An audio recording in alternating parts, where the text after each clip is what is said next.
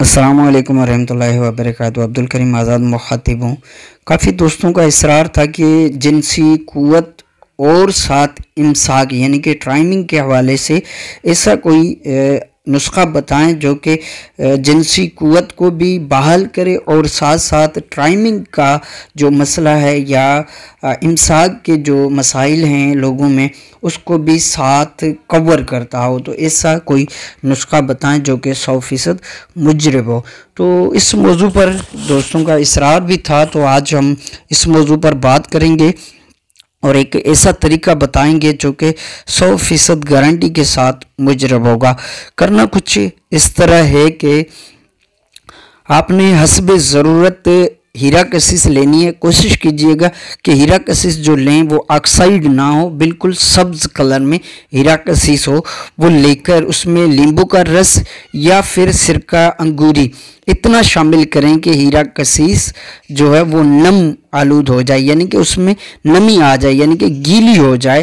तो इतना ही उसमें जैसे गूंदा हुआ आटा होता है इस तरह इतना शामिल करें, ज़्यादा की ज़रूरत नहीं है। फिर इसको अच्छी तरह बंद गिल करके हल्की कपड़ोटी कर लेनी है। कोई इसमें ज़रूरी नहीं है कि आप लंबी चौड़ी या मोटी इस तरह की गिल करें, ऐसी कोई बात नहीं। फिर हल्की सी मिट्टी दे दें ऊपर बस, ताकि ये कदर महफूज रहे।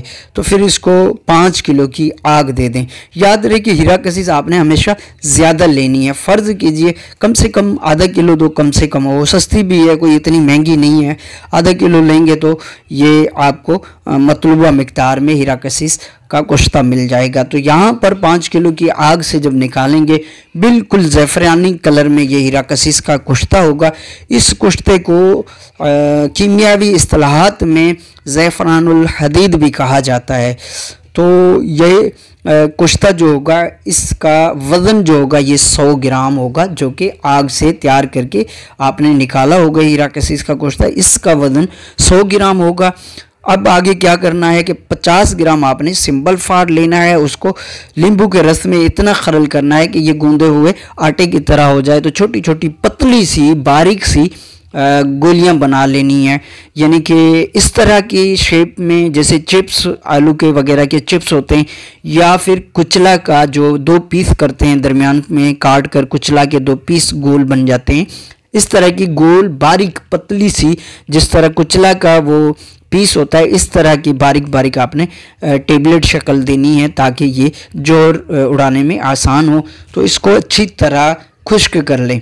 जब देखें कि अच्छी तरह खुश्क हो गया है तो इस सिंबल फाड़ के जोहर कशीद करें, बिल्कुल तेज़ आग पर, यानी कि रोटी पकाने से भी कदर तेज़ आग रखो इसकी।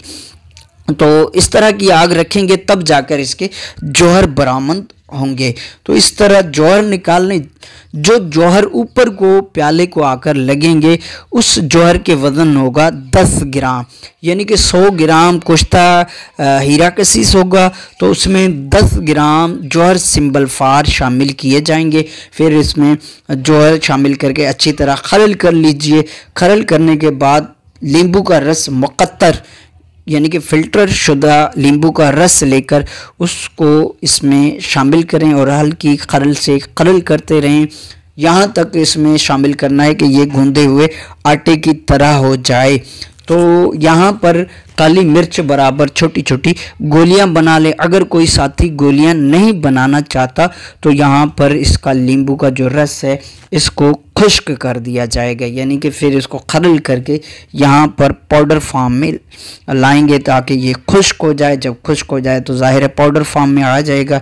ये पाउडर फॉर्म में कुश्ता जो होगा ये आपका कुश्ता तैयार है। यही वो कुश्ता है जो ख़ास तौर पर जिनसी पावर को भी बढ़ाता है और प्लस में टाइमिंग इमसाक के जितने भी मसाइल हैं उसे भी फ़ाल करता है, यानी कि फितरी तौर पर इंसान की जो इमसाक या टाइमिंग है उसे बहाल रखता है, यानी कि कुदरती तौर पर जो टाइमिंग है वो बहाल हो जाएगी। तो इस तरह ये बैदल ग़िज़ा सुबह शाम 2 वक्त आप खाने के बाद, यानी कि खाना खाने के बाद आप दूध के साथ, बालाई के साथ, मक्खन के साथ ये आप इस्तेमाल कराएंगे।